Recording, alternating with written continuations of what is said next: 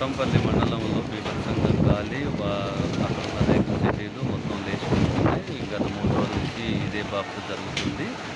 రైతులు కానీ ఇంటి పక్కన ఉన్న వాళ్ళు కానీ అప్పుడు ఇప్పుడు ఏమి లేచి మీద పడితే తెలియదు కాబట్టి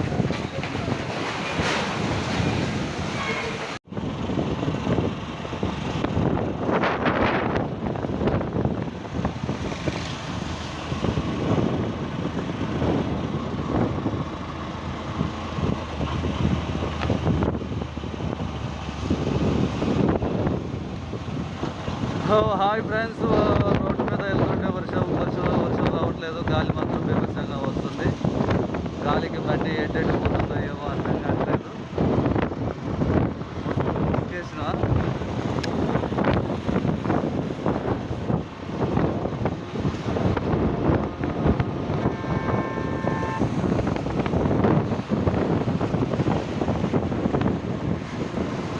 గాలికి నేను వస్తుంటేనే రోడ్డు మీద నా హెల్మెట్ గ్లాస్ 2 ముక్కలైనది.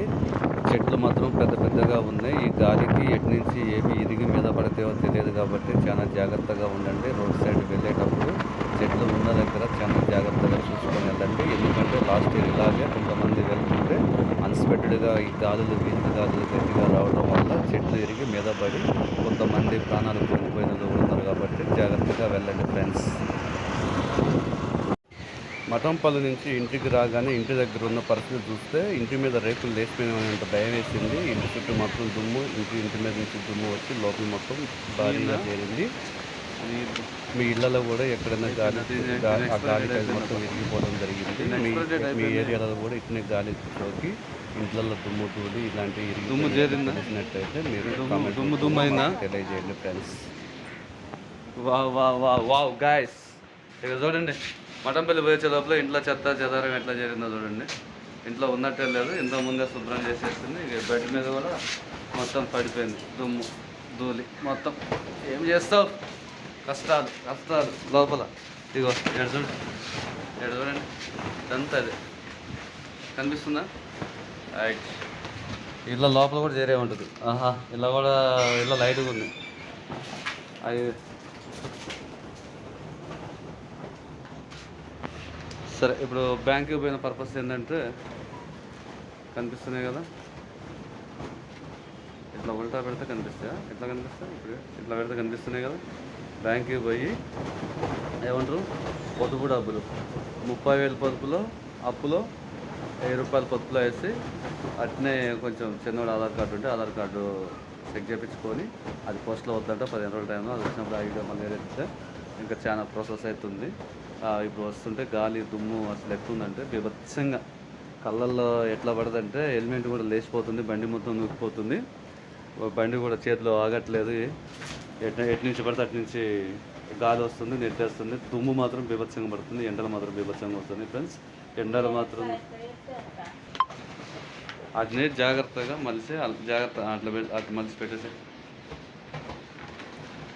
ఎండాకాలం ఎండలు మాత్రం బీభత్సంగా వస్తున్నాయి. రోజుకి 45-50 డిగ్రీలు చిల్లర వస్తున్నది పై చిల్కే. కానీ ఇంకా మీరు ఇంట్లో ముసలోళ్ళు కానీ ఎవరన్నా పిల్లలు కానీ ఎండ దెబ్బకి వడదెబ్బకి ఎటు బయటికి వెళ్ళకండి. ఎందుకంటే చాలా జాగ్రత్తగా ఉండండి. వడదెబ్బ తగిలిందంటే మాత్రం జీవితంలో అస్సాం పోయి రావడమే. అస్సాం పోయినామంటే మనకి వచ్చేది ఏమి ఉండదు. ఆల్రెడీ తెలుసు అస్సాం అంటే ఇంక అడిగిపోతున్నారు మీరు కూడా. రోజు మాత్రం నేను 4కి వెళ్తున్నా, 1కి వస్తున్నా. 1కి వచ్చేటప్పుడు కూడా నేను డ్యూటీకి నా వర్క్ పర్పస్లో వెళ్ళేటప్పుడు ఉదయం 4:30 ఇక్కడి నుంచి బయలుదేరితే 5 గంటలకు అక్కడ ఉంటా. ఆ తర్వాత ఆడ 1ంటికి దిగితే 1:30 లోపు మళ్ళీ ఇక్కడ ఉంటా. వచ్చేటప్పుడు మాత్రం రోడ్డు కాకకి కాళ్ళు మాత్రం బీభత్సంగా కాలుతున్నాయి. అసలు ఎంత అంటే ఇది 2 పడే సిచ్యువేషన్, అంత సిచ్యువేషన్ వస్తుంది. ఇక తప్పదు.